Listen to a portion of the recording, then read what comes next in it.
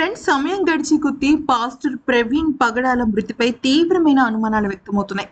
ఇది ప్రమాదం కాదు అని చెప్పేదానికి ఒకటికి రెండు మూడు సాక్ష్యాలు బలంగా మారుతున్నాయి. అంతేకాకుండా ఇది సహజ సిద్ధమైన ప్రమాదం అని చెప్పడానికి కనీసం ఒక్కటంటే ఒక్క ఆధారం కూడా లేదు. అది చాలా పెద్ద విశేషం. అదే సమయంలో అక్కడున్న ఆడవాళ్ళను బట్టి చూస్తున్నట్టయితే ఖచ్చితంగా దాడి అన్నట్టుగానే తెలుస్తుంది. అయితే ముఖ్యంగా సీసీటీవీ ఫుటేజ్ మనం చూసాం. అంటే ఇప్పటివరకు సోషల్ మీడియాలో కానీ, మెయిన్ మీడియాలో కానీ, న్యూస్ ఛానల్స్‌లో కానీ వైరల్ అవుతుంది. అక్కడ ఆయన ఇండికేటర్ వేసుకొని బండి నడుపుతున్నారు. అది చాలా క్లియర్‌గా ఉంది. చాలా నెమ్మదిగా నడుపుతున్నారాయన. అయితే ప్రవీణ్ పగడాల మరణించిన చోట ప్రమాదం జరగడానికి కనీసం 1% ఆస్కారం కూడా లేదు. అంతేకాకుండా సాధారణంగా ఎక్కడైనా చాలా అంటే ఒక మనిషి చనిపోయేంత ప్రమాదం జరిగితే ఖచ్చితంగా అక్కడ ఆయన పెట్టుకున్న హెల్మెట్ కూడా చినాఛిద్రం అయిపోవాలి. కానీ ఆయన ముఖానికి మాత్రమే గాయమైంది. అయితే ఇక ఆయన రాత్రి 10:30 వరకు కొవ్వూరులో జరిగిన ఒక చర్చ్ కార్యక్రమంలో పాల్గొన్నారు. అనంతరం ఆయన సొంత బైక్ పైనే రాజమండ్రి బయలుదేరారు.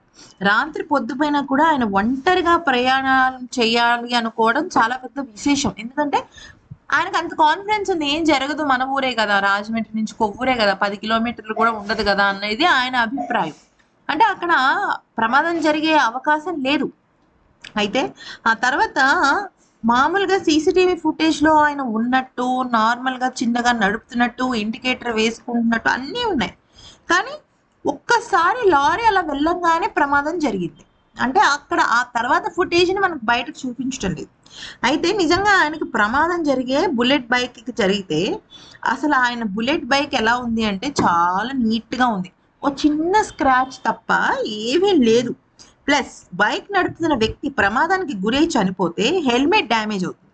కానీ ఇక్కడ ప్రవీణ్ పగడాల పెట్టుకున్న హెల్మెట్ కనీసం ఆ గీత కూడా పడలేదు. ప్రమాద స్థలంలో అది జస్ట్ అలా పడిపోయింది. పైగా ప్రమాద స్థలంలో ఒక చెక్క ముక్క కూడా కనబడుతుంది. దానిపైన చాలా తీవ్రమైన రక్తం ఉంది.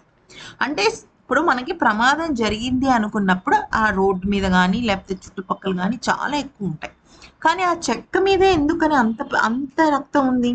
అవి ప్రమాదం జరిగినప్పుడు తగిలిన దెబ్బల్లా లేదు. ఎవరో దాడి చేస్తే జరిగిందే అనిపిస్తుంది.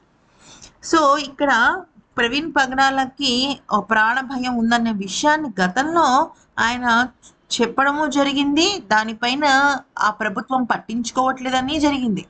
కానీ అసలు ఇన్ని ఆధారాలు ఆయనది ప్రమాదం కాదు, దాడి అని చెప్తున్నప్పుడు పోలీసులు రంగం దిగారు.